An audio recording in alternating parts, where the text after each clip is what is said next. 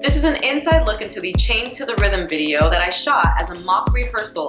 It's part of my intensive called On Set. The On Set intensive is part of the GALEN HOOKS Method, which is a series of intensives where I share my approach to the art form and business of dance. This intensive is a special one. Industry dancing is much different than dancing for class or dancing for things you shoot for fun. It uses a totally different skill set. How do you work for an artist? How does it differ if the artist is male or female, pop or urban? How do you do industry freestyle? What should you wear to rehearsal? What do you do if you feel unsafe on set? Nothing like this existed when I was pursuing a career as a dancer, and nothing like this exists today where you're learning practical industry-specific tools from someone who worked consistently as a professional dancer for over 20 years. Plus, I'm rooting for you. I want you to succeed. So you're learning in a supportive environment where a real job isn't at stake. All of my intensives have a 15-student limit per session so that I can give you one-on-one feedback.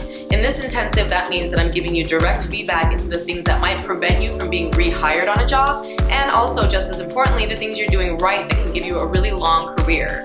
There's a big difference between reading or hearing what you're supposed to do on a set and actually physically doing it. So for this particular intensive, I ran a mock rehearsal for Katy Perry as if she were performing at the American Music Awards. I set it in 3 hours. 2 hours the first day, 1 hour the second day with some cleaning. I chose to do an award show because it kills 2 birds with 1 stone.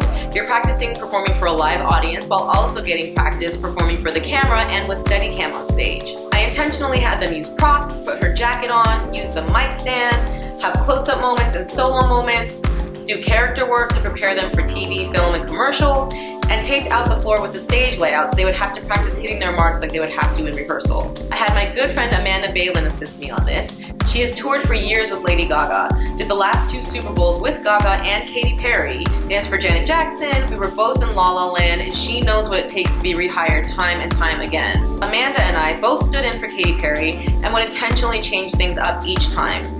Oftentimes during the actual show, the artist might deviate from what you actually practiced in rehearsal, and as the dancer, you can't show on your face that anything is different from what you actually planned. We also went over important business information. I've been an activist in the dance community for over 10 years and have been involved in major contract negotiations and served on the union board. So I went over paperwork, contracts, releases, agency information, union information, all things having to do with production. There is so much unseen skill that goes into being a great professional dancer, and this experience really shined a light on that. I take my skill set very seriously, and I'm proud of what I've developed as a professional dancer, and I hope that by other people being exposed to these different tools, they realize that it really does take skill, and it's something more than a hobby, and it's something that you can take seriously and develop as a craft. I'm so proud of the people who attended this intensive, and I hope that this was an interesting look into what it's like to be a professional dancer.